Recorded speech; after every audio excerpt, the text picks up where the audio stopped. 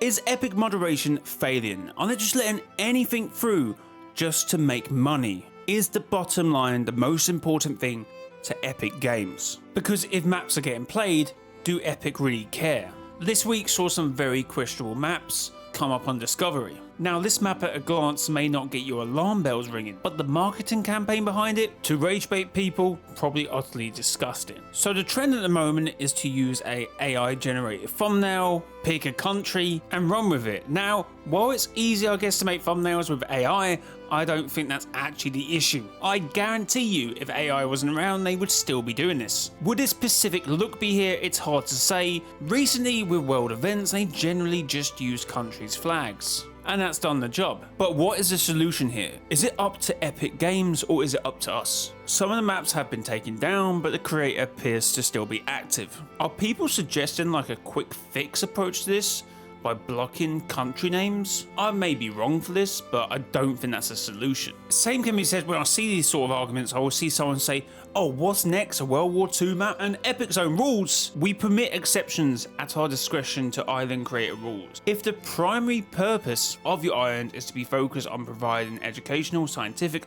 artistic, or historical experiences, while a World War II Zone Wars map may be inappropriate, you can't blanket ban the word World War II. People are creating loads and loads of maps per day. I don't actually know the number, but it's got to be a lot. Now I hear the most stupidest argument in the world, and that should go back to selective creators, with people deeming the engagement playout is where it all went wrong. I feel like people are trying to come up with a solution and not giving actual credible solutions. And I doubt if I'm going to provide them answers today. But let's try and have a conversation about it first, you know? And to strengthen the point that you really need to evaluate these maps individually, unfortunately, and not do a blanket ban on certain words and terms, because people do retake things at face value, and it's ridiculous. And this is probably a prime example of why you should do some digging first. Because UEFN Hub no way associated with Epic Games, addressing that anyone who wants to promote maps on their platform deemed racist or hateful will be immediately banned off their platform. And for a company to say, if you're going to promote your map with us, we're going to do it right. UEFN Hub may want to reconsider a few things in future, but you also have to do your checks as well. The one thing I think I've noticed that Epic needs to change is accountability for maps. So this map and the Twitter page claiming that they're the map creator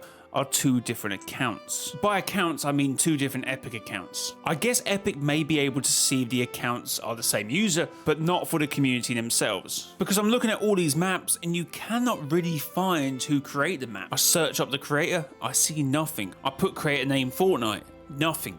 There's no accountability there. I know there is a UEFN profile and you can put socials down on it, but it's not a mandated thing to do. Now, doing the research for this video, I did look at loads and loads of maps, and some left me in limbo. There's this map that on the surface seems to be mocking disability, using disability power-ups. But the guy who created this map actually has spinal muscular atrophy, and he actually put that as one of the power-ups. But I understand how people could be offended by this. Then we have the gender box fight PvP, which may have some questionable power-ups. I feel like Epic needs to moderate case-by-case basis, which how many maps being created will always be difficult. Although when these maps do appear, they are very quickly taken down. But looking at the rules, all these maps should probably be taken down. I know a lot of these maps are hinged on cultural stereotypes, or at least national character. But as someone from Britain, I can see there is some blurred lines to that. I could build myself a Fortnite map at a pub, and that will be like, oh, celebrating that they got quite a large drinking culture. Some people may be offended by that.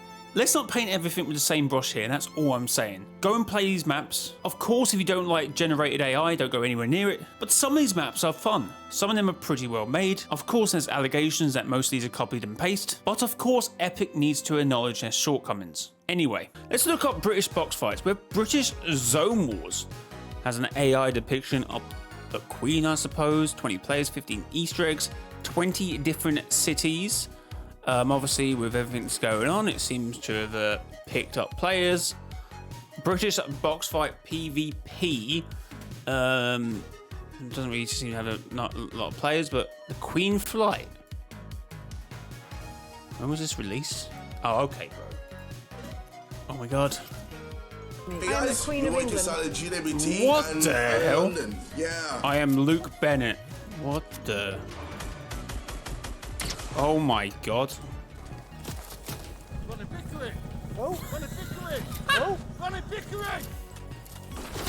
Oh, wait, he whines. You're the last guy left. Like, get the hell down.